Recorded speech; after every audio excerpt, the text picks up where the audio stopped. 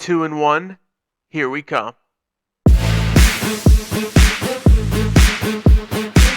Hello, everyone. Welcome back to Packers 101. And today we're going to be previewing the New Orleans Saints taking on the Green Bay Packers in Lambeau Field.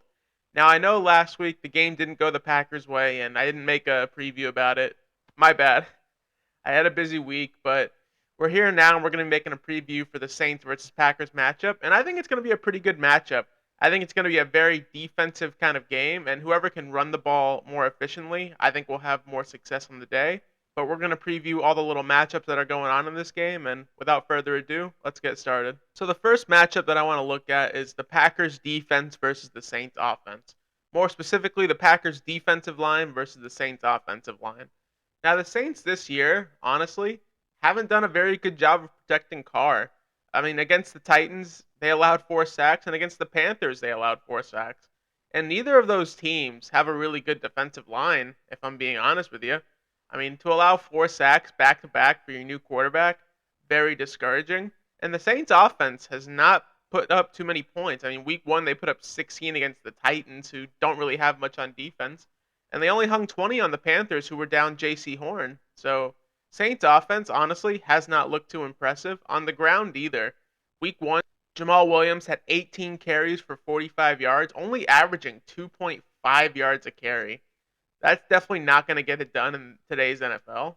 And in week two, the leading rusher for the Saints was Taysom Hill with 9 carries for 75 yards. He really should not be your leading rusher. That's not a good sign. And beyond that, in week two, Tony Jones Jr. had 12 carries for 34 yards, averaging 2.8 yards a carry. Had 2 touchdowns, though, so that is somewhat impressive. And Jamal Williams had 9 carries for 29 yards, averaging 3.2 a carry. These figures are not very good for a running game, and I really did think that Jamal Williams was going to have more success in New Orleans. I really did. But Alvin Kamara is going to be back a week after this, and who knows what Jamal Williams' role is going to be in the rotation once he comes back. But regardless, I do not like the Saints' ability to run the football, and I don't like their ability to pass protect. So I'll be looking for the Packers to dial up blitzes, disguises, anything they can to get favorable matchups for that defensive line, because it should have a field day against the Saints O-line. It should wrap up Carr for 5+ sacks. It should be able to stop the Saints pretty dominantly. Now, taking a look at the back end receivers versus the secondary and linebacking core, obviously the Saints have good wide receivers. Chris Olave, he had a great week one. 8 catches for 112 yards, and that's amazing. And Michael Thomas is having some good games too. He had 7 for 55 against New Orleans for pretty much being in the bin a few years ago, not knowing if he would ever play again. That's pretty good. So the Saints wide receiver core, it's pretty good. And Derek Carr, he's a solid quarterback. Not great, but not bad either. I think he's just above Kirk Cousins in terms of skill. That's kind of the bar for everybody. Are you worse or better than Kirk Cousins? But anyway, I digress.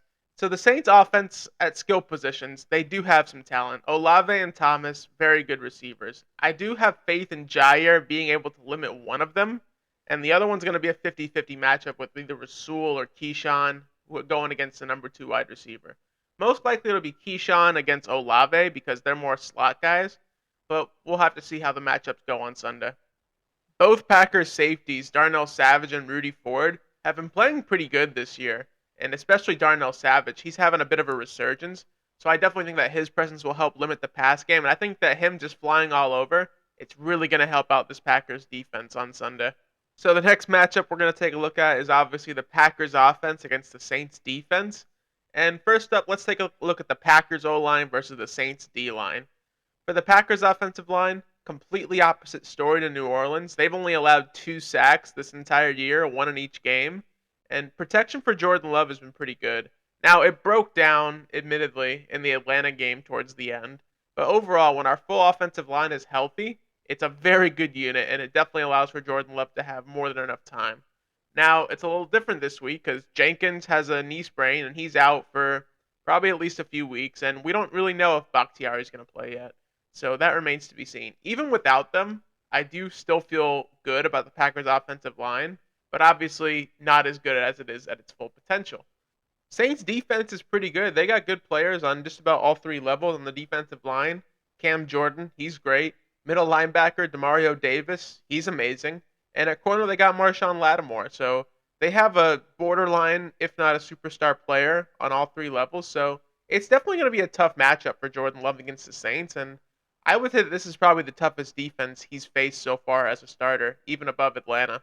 Now, here's where I think Green Bay will have an advantage getting Aaron Jones back. Both in the passing game and the running game, Aaron Jones' presence is huge. I mean, week one, it looked pretty close against Chicago and Green Bay until they gave Aaron Jones the ball and he said it was game.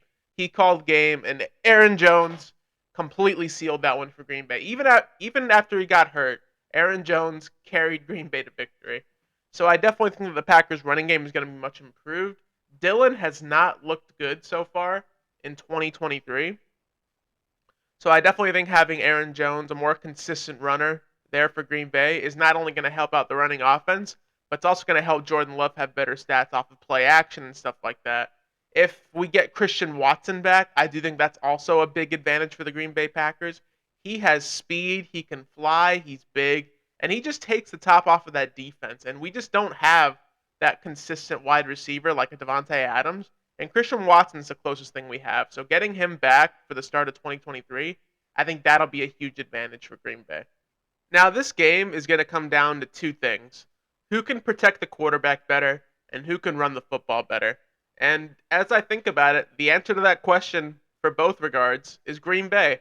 I think Green Bay, even with Bakhtiari and Jenkins injured, and I think Bakhtiari has a shot at playing, I still think that Green Bay's O-line far outclasses New Orleans, allowing 8 sacks in 2 games to two not-so-great defenses. Not very comforting. And I do think that the Packers have shown an ability to run the ball more consistently when Aaron Jones is healthy. The Saints, through 2 games, have not done very good on the ground. Taysom Hill being your leading rusher, that's never good. So I do think that this will be a close one. I think the Saints' defense will keep them in it, but ultimately I think the Packers' offense and defensive line will overpower the Saints. So I'm going to go with the Packers to win 24-20 here, and that's, I think, a pretty solid score. But as always, I know there's going to be fans out there that disagree with me. Totally fine. Leave your predictions for what you think happens in the comments and talk about any other matchups that I didn't. And with that said, that's going to do it for this video. I hope you have a good day. See you next time.